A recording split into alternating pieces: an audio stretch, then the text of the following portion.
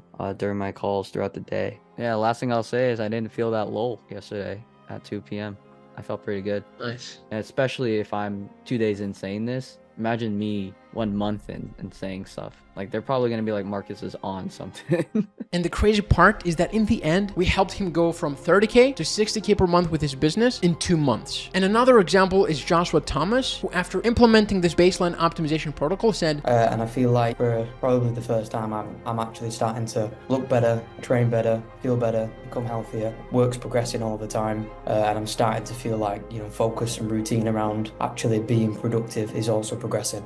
And I don't think I've had all of them things progress at the same time before. After about 1 week, we have now gathered all the precise health data that will allow us to scientifically engineer your day for consistent peak mental performance. We then use this data to structure a fully tailored plan that will focus on the key areas holding you back in your health, life, and business, which will allow you to work way more focused hours, make more revenue, and live more life. Then we follow your data where we analyze how your diet and lifestyle affects your hormone levels, nutrient deficiencies, and metabolic health, how your habits and routine affect your stress levels and recovery, and we will also discover your peak focus patterns and dopamine baseline. And then we will take this data and use it to structure a step-by-step protocol to optimize your diet to only include meals tailored to your gut health and hormone levels to prevent sluggishness and brain fog. Tailor a personalized supplement stack to fix testosterone levels, focus, mental clarity, longevity, and productivity, and tailor your entire routine, habits, and sleep schedule based on your circadian rhythm and sleep quality. For example, with Vedunk, who was dealing with brain fog, chronic fatigue, and poor productivity in the beginning, which was resulting in him not performing at his best in the business, being distracted often, and also neglecting his health as a result of being scattered. But once we ran his blood work, we discovered that his testosterone was low and that he was allergic and intolerant to most of the foods his everyday diet included, which for him were the two main causes behind his poor performance and most of his symptoms. But after we dialed his routine, diet, and habits towards exactly what his body needed for peak performance based on his data, he doubled his testosterone levels, he consistently gets perfect sleep, he now feels and performs at his sharpest ever, and got from 150K a month to 235K a month in 90 days. We were, let's say, in 150K